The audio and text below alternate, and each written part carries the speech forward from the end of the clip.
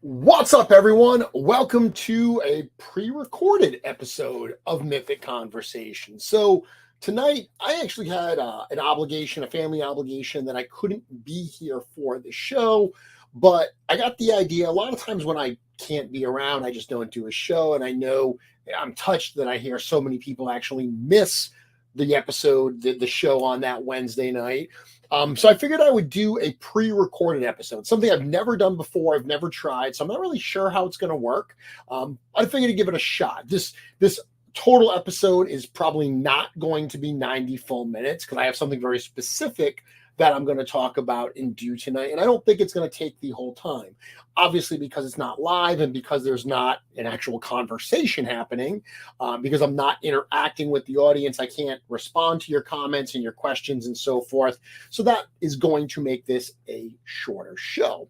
But what we're going to do tonight is we're going to do a bit of a reading. So earlier today, I'm recording this actually on Monday, but the plan is that I'm going to drop it on Wednesday. And Wednesday morning, my plan is I'm going to drop a new short story on the Four Horsemen website called The Tale of 1,000 Swigs. So we're going to talk about that short story tonight, and I'm going to do a reading of that short story. That's always something that people seem to enjoy, and I figured if I can't be with you live tonight, might as well give you that little reading. Cool? Awesome. So if you are tuning in to this during the normal live time, Wednesday at 7:30, any comments, any questions you ask, I won't be able to answer because I'm actually not here live. I'm somewhere else. So let's talk about a few things. If you checked out the show last week, obviously we had a really fun one. We had both Eric and Trevor on, and we were reviewing the Legions Con Day 2 figure. Wonderful reaction to that in the week since we dropped that. A lot of fun. As you could tell our enthusiasm, I think, for this set last week.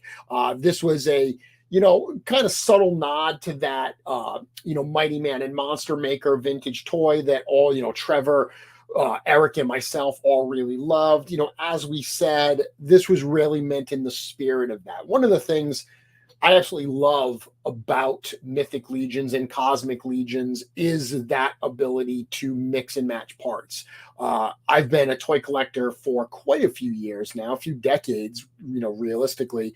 And even before I was working for Four Horsemen Studios, even before selling toys was literally my job, I was such an advocate of these toys because of the pop ability, because of the fun. There's so many toys that I collect, even these days, that I'm super excited to get. I open it up, I accessorize it, I put it on a shelf, and quite honestly, I never think about it again. The only times I ever put my hands on it are to move it to dust or to move it when I'm rearranging the collection, or in some cases, selling that item because it no longer fits my collection needs.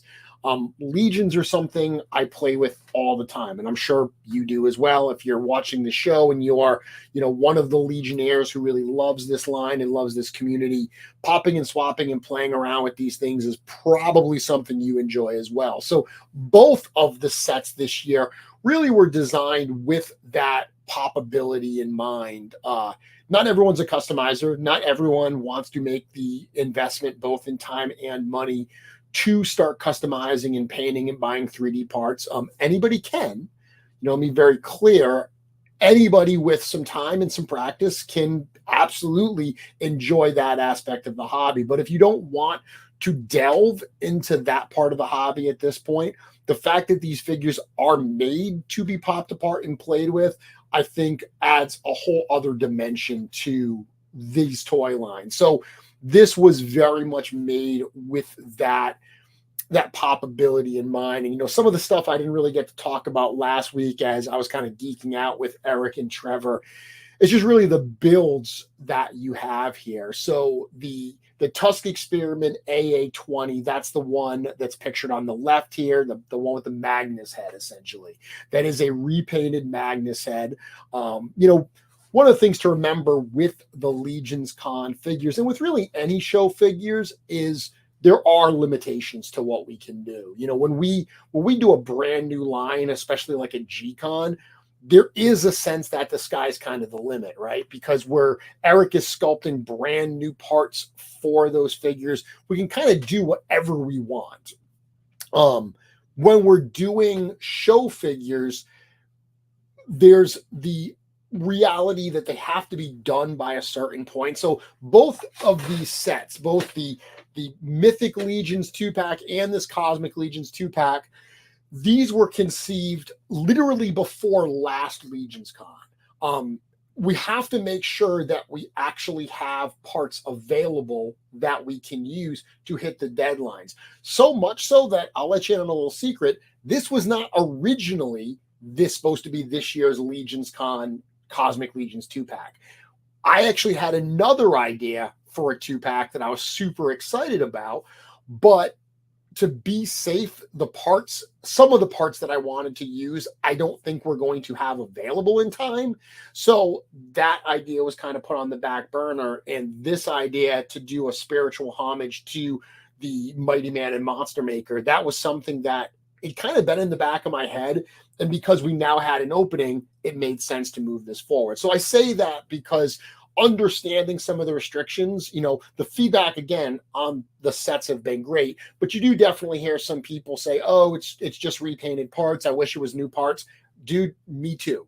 I absolutely wish that it was feasible for us to put brand new, never before seen parts in these, but both from a timing standpoint and just from a logistical standpoint, there's already a percentage of people that can't get to these shows that are bummed out that they're missing out on something, which of course you're not. There's always a chance after the fact to get these figures, whether you partner with somebody, you make friends with someone who's going to the show that can pick you one up, whether you get it for a little extra on the secondary market or in one of the sales after the fact, or whether you wait for the standard figures.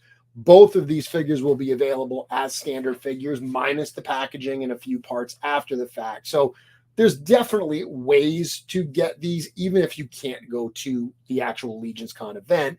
But that being said, to actually put brand new parts in would probably make that sting even more. So variety of reasons why we have to work within the parameters we do. But even within those parameters, I'm super excited for this. That Magnus build, that AA20, when that was kind of put together, the idea was that Tusk helmet is actually that character's helmet. So those are not two different characters. That is, AA20, and that is his helmet. So he's the character, the bio that we read last week. He's the exterminator, essentially. He's the last surviving member of the first round, the AA round of experiments that these Tusk science officers are doing. He's the only one that survived. He's become completely compliant to those Tusk science officers' commands. So he acts as, a hunter and exterminator of any of these failed experiments. That's what his role is. Now that red vampire head, which is a repaint of the Baron Valagar 2 head, that looks great on that body. It looks great on different combinations here, but that was also thrown in because I dig Fury Clan, the Furious 4 2-pack from a couple Legions cons ago, I think really was able to get the Fury Clan into this line in a much bigger way. Previously, we had only seen the Fury Clan orc. Anytime that we can add more Fury Clanish members, I love that. I love the ability to do that. So a lot of people have said that, this is Fury Clan Magnus and Fury Clan Vampire. If that's how you want to use them, absolutely cool. Again, the idea here is to give you something that gives you some flexibility so you can use it on these cosmic figures. It's a weird red alien, so vampire, so it totally works as an alien, or you can just bring that right into Mythic. Now, the other character, that CC24, and again, AA20, CC24, AACC stands for Amazing Alien Creature Creator, and the 2024 is the year. But that character was really meant to give you a lot of options as well. So this build here, you have, that particular character that is these vicious experiments that break out of the Tusk Labs that AA20 is hunting down. But the fact that you can swap out those almost like reptilian parts, the arms from Thygar and the head from Novian and the neck from Deluxe Thygar, if you swap those out for the show exclusive Tusk helmet, those Tusk upper arms, and that waist piece, you can make a very cool new Tusk soldier out of this. So the fact that there's almost like a hidden Tusk build within that figure right there, I thought was very cool. And of course, you can use those parts with the AA20 if you want to do a Tusk body that maybe has some of the fabric limbs. There's a lot of possibilities there with the different feet, the different arms, the different heads. So the whole point here is to give you some options. I can't wait to see what people are going to do, not only within this set, but also outside of this set, being able to use other pieces from other, Cosmic Legions, I think is going to be fun. You build these two characters, you're going to have a bunch of extra pieces as well. So even being able to use these pieces on your other figures, I think is going to be enjoyable. Of course, this joins the day one set. So the day one set is what we're seeing here. That's the Gaspar and Gorich set. This is another pop and swap dream. A lot of different options within this set, within the Cosmic set, across the rest of the line. So those are the two reveals we had for Legions Con this year. We revealed this one at the start of April. We revealed the Cosmic one just last week, which was the start of May. Those Legions Con tickets, they are available now. Let me bring that up right on the screen here, so you know where you're going to get them. So if you want to book your Legions Con tickets, you can do that at legionscon.com. I think as of this writing, we're about like 30-35% of all available tickets are sold out. So obviously we had a big push right up front, and then it tapers off. I'm sure we'll get a push towards the end, but we do still have plenty of tickets, but we are selling more every single day, and it's starting to ramp up. So you don't have to rush out and do it today, but I would suggest that within the course of the next month or so, if you do plan on going, you might want to get over to legionscon.com and get those tickets booked.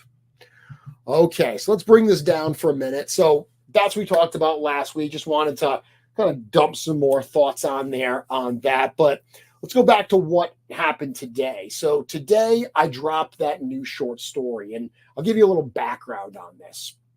We recently did the blind box, the Mysteries of Mythos blind box surprise mystery sale, whatever.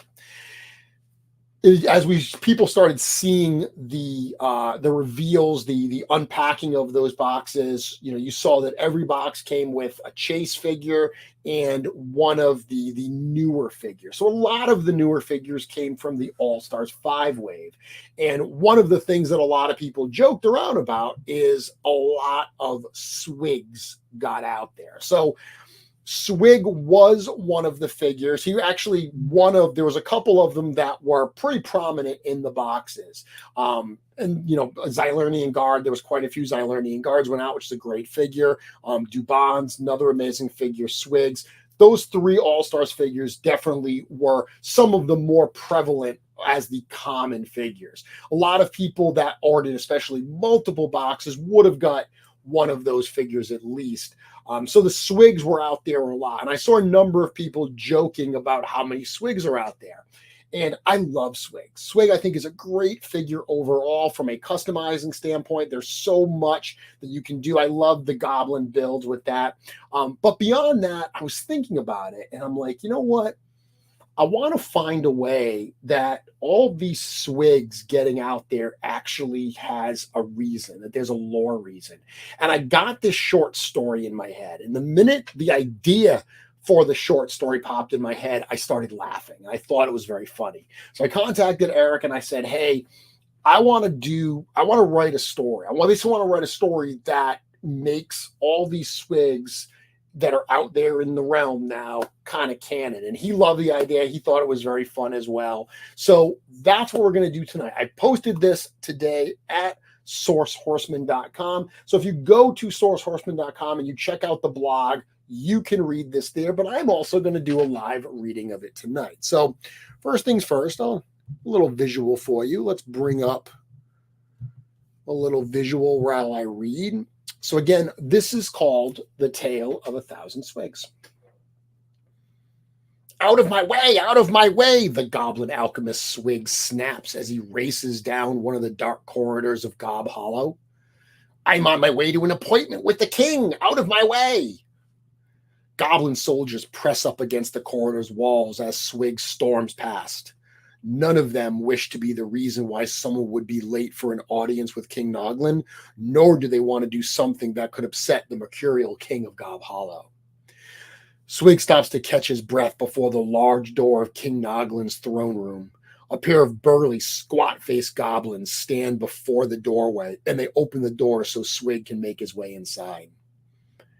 King Noglin's throne is an unpredictable and oftentimes dangerous place to be. High-ranking members of Gob Hollow's hierarchy mingle with ambitious young upstarts. All of them are vying for the king's attention and favor as they seek to amuse, entertain, or prove themselves useful. All of this pageantry is a game that these courtiers play as they scheme to retain their standing in Noglin's court or find a way to supplant someone above them and take their place. One's choice of words and who they decide to align with or against must be carefully considered within the walls of Gob Hollow. The stakes of those actions are never greater than when standing before the Goblin's king. The goblin alchemist Swig is here for his audience, my most esteemed and gracious king, the attendant announces. Ah, yes, King Noglin smiles as he looks out on the throne room. Come before me, my subject, and do tell me about your latest experiments. Are the results better than we have seen thus far? The Goblin King is seated upon a throne that is much too large for him. It looks to be sized for a full-grown ogre, yet King Noglin sits on a pile of tattered pillows arranged in the middle of the royal seat, believing that the throne's size makes him appear more powerful and important. Constructed of discarded pieces of armor, random trinkets stolen from the surface, trash that is long since rotted, and golden treasures and jewels mined from under the Grey Vein Mountains, the Goblin King's throne is a surprisingly accurate visual representation of the random chaos of the Goblin's kingdom. Things are going well, my always intelligent and benevolent king, Swig begins as he bows before Noglin's throne.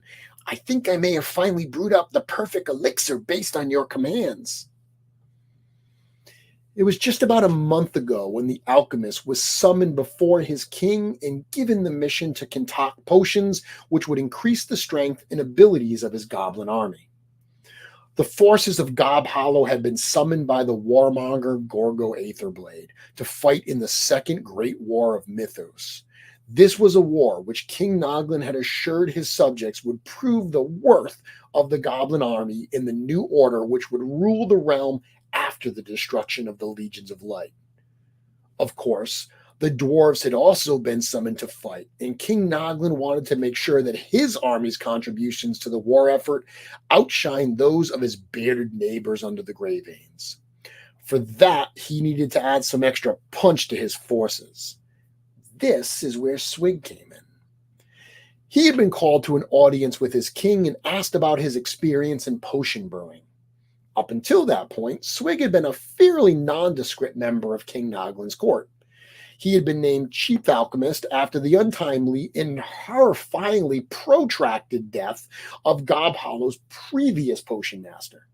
Swig had been surprised and more than a bit unnerved by his elevation to the new role, but he quickly found himself enjoying the position. He had been allowed to move into the workspace and personal quarters of the previous chief alchemist, accommodations which were much larger and better appointed than his own. He also had access to better equipment and tomes of alchemical knowledge that had been previously unavailable to him. All in all, he counted himself pretty fortunate, until he got the summons for an audience with the Goblin King. King Noglin had explained what he needed from Swig, and the alchemist promised, under no small amount of hesitation or duress, to brew up some potions that would give the goblin soldiers incredible powers. The only problem, if Swig was being truly honest with himself, was that he had no idea if he could actually brew those promised potions. The truth of the matter was that he was a mediocre alchemist at best, and his brews just as often had unintended consequences as they hit the mark on what they were supposed to do. Still, he had no choice. There was no saying no to King Noglin, so Swig went back to his workshop, where he tried not to think too much about the last goblin potion master who worked there and why he probably no longer did so, and he began to brew some magic. The first few potions Swig mixed up worked pretty well.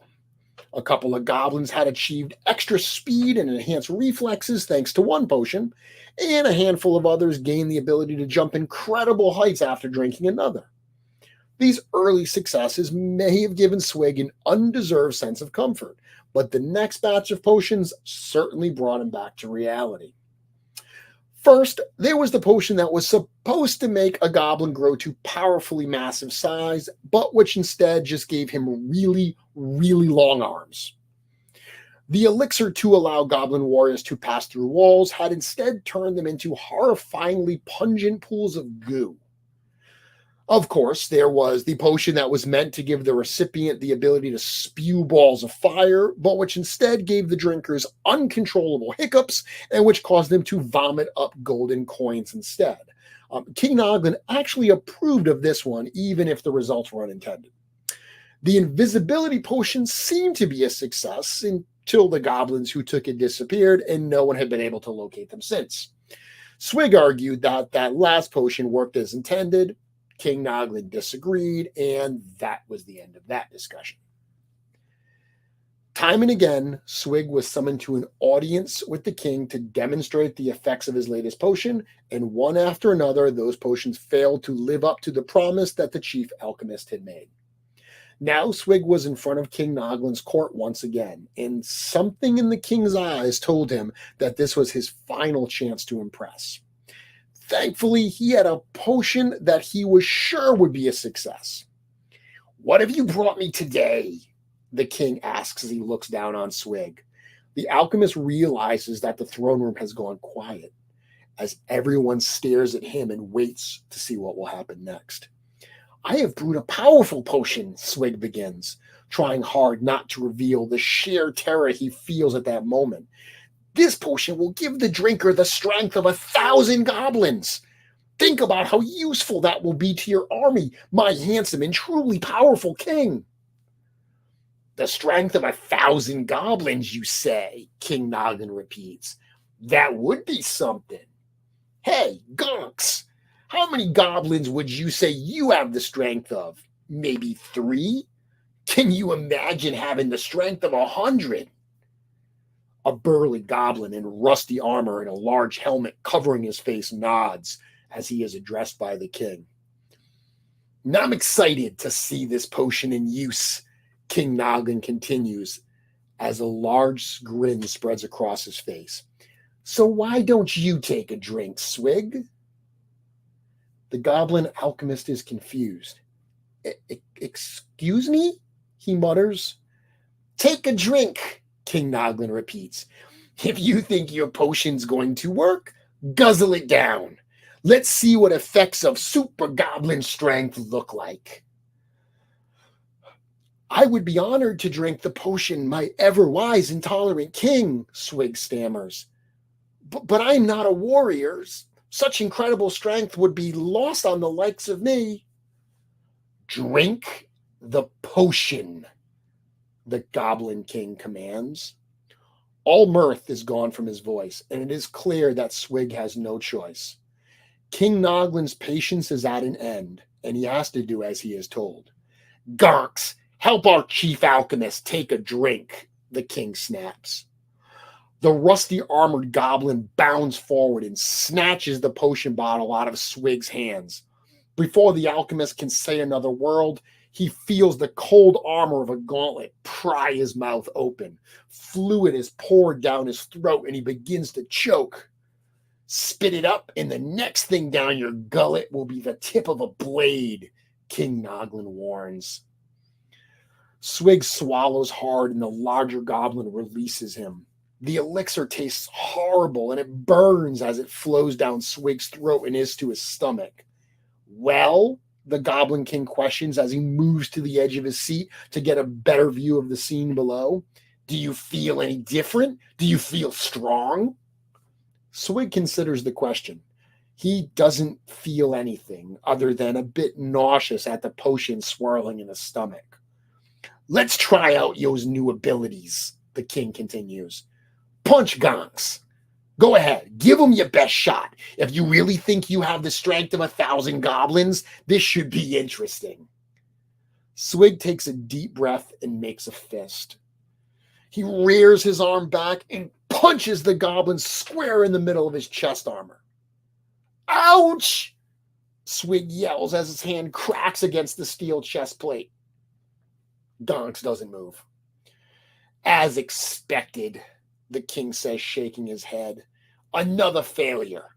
Gonks, show our pathetic alchemist what a punch really looks like. Swig looks up just in time to see Gonks' fist coming towards his face. Then everything goes black.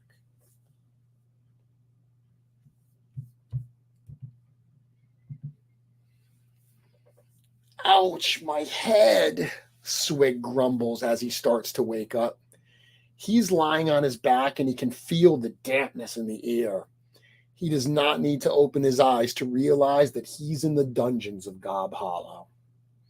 The now former chief alchemist begins to roll over when he feels someone pressed close to him. He turns the other way and feels another body and another. His head is pounding from the blow he took, and he begins to open his eyes. His vision is blurry at first, but as it clears, he's surprised at what he sees standing before him. For standing over his body, looking down into his eyes, is a vision of himself. Swig's first thought is that someone has placed a large mirror in front of him for some reason, but that thought melts away as soon as what he first assumed was his reflection speaks to him. Hello, Swig. I am Swig. Another Swig says and looks at him and says, just to let you know, if you're following along and you're not reading here, there is a visual kind of joke in this part. Swiggs, the character name is Swigg. This second Swig he meets is Swigg. So there's an extra G, and you're going to see that every one time one gets introduced, we add an extra G to it. So it's a visual joke you would see if you were reading this. But back to the story. What the heck? The goblin alchemist yelps as he jumps back. This is when he sees the other goblins who are imprisoned in the large cell with him. Wall to wall, for as far as he can see in the gloom of the dungeon, all he sees is himself. It's a sea of Swiggs. Take it easy, the goblin who first called himself Swig says. You are understandably confused, but let us explain. Swig, would you care to do the honors since you figured it out first? Another goblin, identical to Swig and all the other goblins in every way, steps forward. Thank you, Swig, he says with a nod as he turns to Swig. Hello, Swig. Good news. The potion worked. Well, at least sort of. The other potion made other versions of me, the original Swig gasps, suddenly realizing what has happened. That's right, Swig says as he turns to Swig. You see, this is where we get our brains from. I knew he'd figure it out. After all, he is smart as we are, or more accurately, we're as smart as he is. I was the first Swig. Well, other than you, of course, Swig with 3 G's says. And I was second, Swig with 4 G's adds next. Once the two of us were coherent, we put our heads together and started to try to figure out what was happening. You were still unconscious, but we had all the same memories that you had, up until the big goblin knocked you out. It was pretty clear once we talked it over, and then once the other swigs kept coming one after another, that just made it more obvious what the potion had done. Swig turns his head as he hears commotion coming from outside the cell doors. See, I told you. What do we do? A pig-faced jailer says to the goblin by his side. You said you turned away for a minute, and this is what you came back to? The second goblin asks in a cold, scratchy tone. Yes, it was just a minute or two. There was only one of them in the cell when I left, but when I came back, it was all of them. The second goblin steps towards the cell. Swig recognizes King Noglin's favorite assassin, a vile specimen named Nubnik. There is only one reason why he would be down here in the cells, and it certainly doesn't spell a good end for Swig. What is going on here? Nubnik asks. The throng of Swiggs looks to the former chief alchemist, waiting for him to answer them all. My potion worked, Swig replies as he struggles to gain his feet. A pair of other Swiggs help him up, but not in the way we all expected. I said the potion would give the drinker the strength of 1,000 goblins, and it did, by creating exact duplicates. Nubnik looks at the cell before him, and 1,000 pair of eyes stare back at him. He agreed to kill the alchemist in a painful and creative way for King Noglin, but this is much more than he signed on for. Take me to the king, Swig says. He knows that he has to handle this situation carefully if he hopes to survive. Let me show him what my potion has done. Trust me, he will be pleased. Nubnik nods, in part because he doesn't want to have to deal with a small army of Swiggs in the cell. Better to let that be someone else's problem. You can come, the assassin says, pointing at Swig. We should come as well, Swig with 3 Gs chimes as he motions to the Swig with 4 Gs. We will prove the success of the potion. Nubnik turns to the jailer. Chain them together, he commands. Let the king decide what to do next. So as you can see, my formidable and astute king, Swig says as he finishes the explanation of what has happened since he was dragged out of the king's throne room earlier that day, my potion did indeed work. Perhaps not as we assumed it would, but there's no denying the value in this success. An elixir that will grow the goblin army to incredible size. Think of it. Gob Hollow already has the largest army in all of Mythos. But with this potion, you can make it even greater. None will be able to stand against the forces of King Noglin.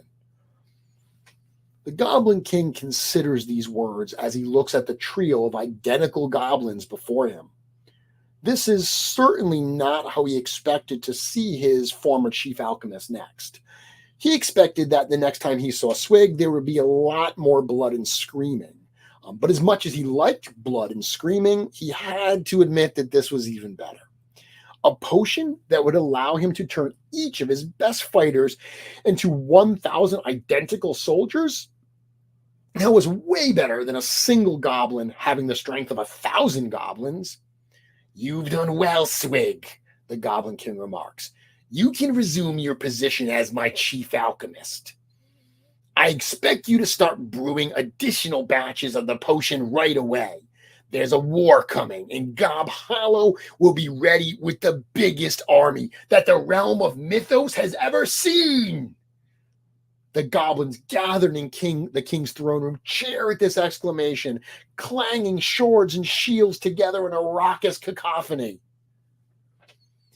If I may ask one thing, my studious and magnificent king, Swig says with a bow.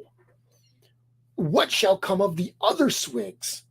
The dungeon is filled with the effects of me drinking my potion. What are your plans for them all? The 2 Swigs standing next to the chief alchemist look on attentively as they wait for an answer. Their fate rests in the next words out of the king's mouth. King Noglin smiles and adjusts his large crown. These 2 shall assist you in your work, he says as he points to Swig and Swig. After all, I will need one of them to continue that work should anything unfortunate happen to you. Swig swallows hard at this comment. the thinly veiled threat does not go unnoticed. The rest of the Swiggs will be sent out across the realm. They will be my eyes and my ears in every corner of the kingdom on the map. My army will be vast, but it must also be well informed. Send out my army of Swiggs and let the realm prepare for the rise of Gob Hollow. Once again, the room erupts into cheers and exclamations at the king's words. Gob Hollow's army is vast, and now it will grow even greater.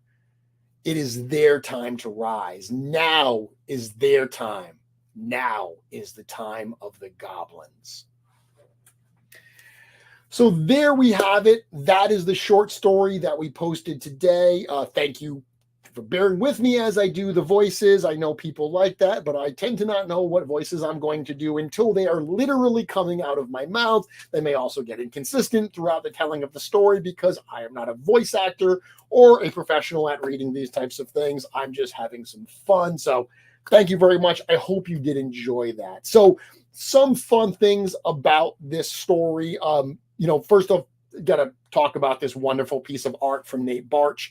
I'd reached out to Nate because if you've seen the artwork on the Deluxe Legion Builders package, there's a wall that have 3 different goblins peeking out behind it. One of those goblins is Swig. I reached out to him and I said, "Hey, Nate, can I get that file like as a layered?" Because Nate does everything in Photoshop. So can I get a layered Photoshop file? Because I want to duplicate that same Swig 3 times to represent the 3 main Swigs kind of in the story. And Nate, being the wonderful gentleman he is, went above and beyond. He not only gave me the file with the layered Swigs, but he actually adjusted 2 of those, took the Swig and adjusted the painting a little bit. So each one of these 3 characters have a slightly different expression. So it's not just the exact same one repeated 3 times, which totally went above and beyond. I love that. But again, part of the fun with this was trying to explain why there were so many Swigs out there in the world. I know personally, I now want 3 Swigs for my collection. Now, I don't need 1,000. That's just crazy talk. I don't need 1,000 Swigs because based on the lore of the book, the Swigs are now out across the realm, just like they're out across the world. But there are 3 main Swigs that now live in Gob Hollow. There's the original Swig with 2 Gs. There's the first duplicate, which is Swig with 3 Gs. And of course, the second duplicate, which is Swig with 4 Gs. So in my headcanon, or I guess it's not headcanon if I'm right in the actual lore here, right?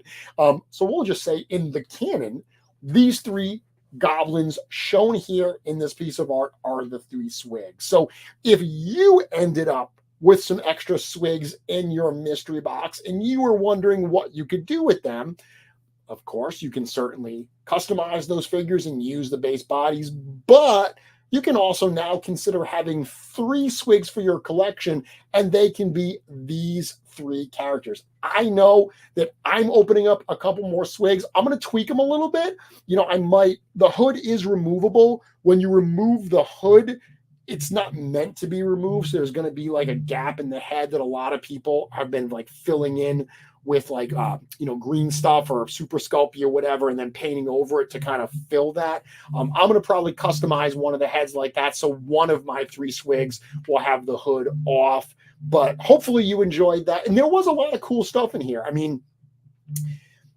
in the book that I'm editing right now, the first book, Rise of the Dark 4, the goblins are in there, but spoiler alert, we don't spend a lot of time in Gob Hollow. So this short story was a lot of fun for me because I love the goblins, and to actually get to spend some time narratively in Gob Hollow, to paint the picture of, that throne room and just the violent, like ridiculous chaos. I've always said that I imagine the goblins of Mythos being like 1 part Henson and 1 part Tolkien.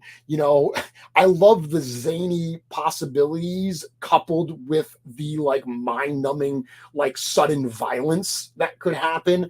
So I imagine King Noglin's throne room as just being this crazy, crazy place where all these different goblins are vying for fortune and vying for attention.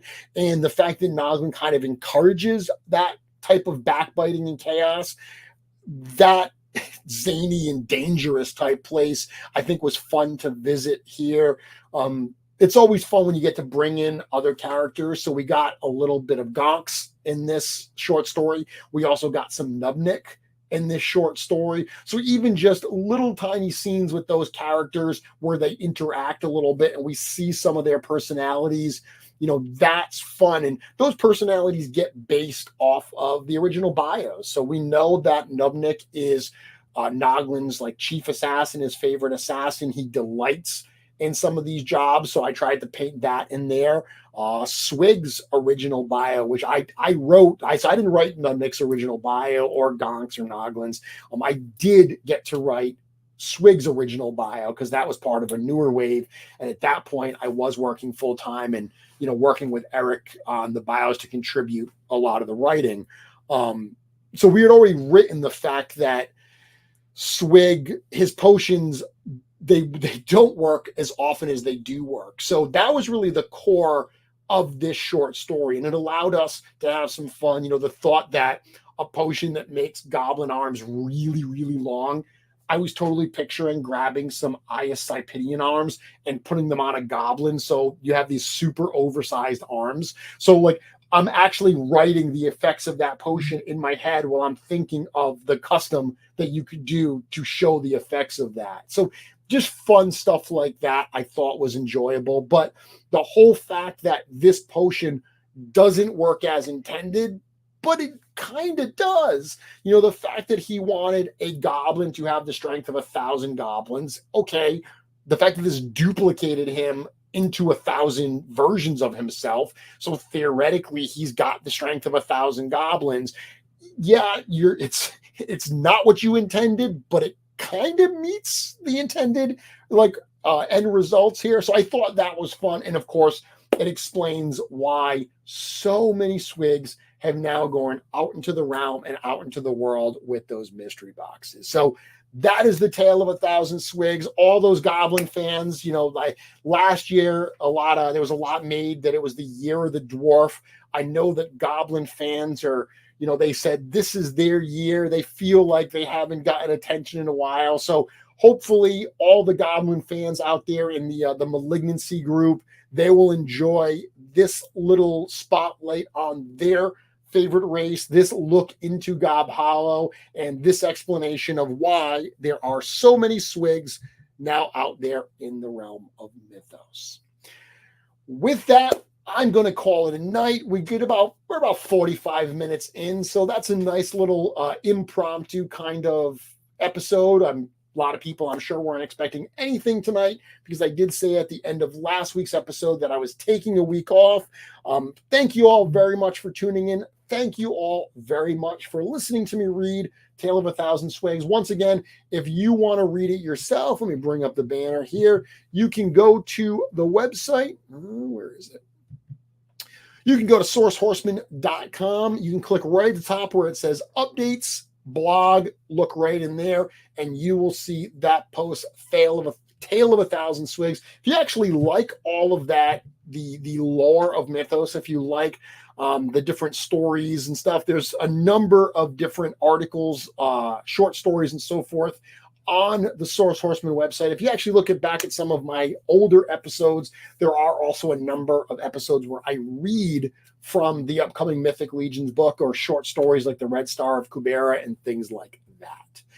Other than that, I will be back next week with a normal live show. Got a great guest lined up for next week, so I'm very excited for that. Otherwise, everybody, grab those Swiggs.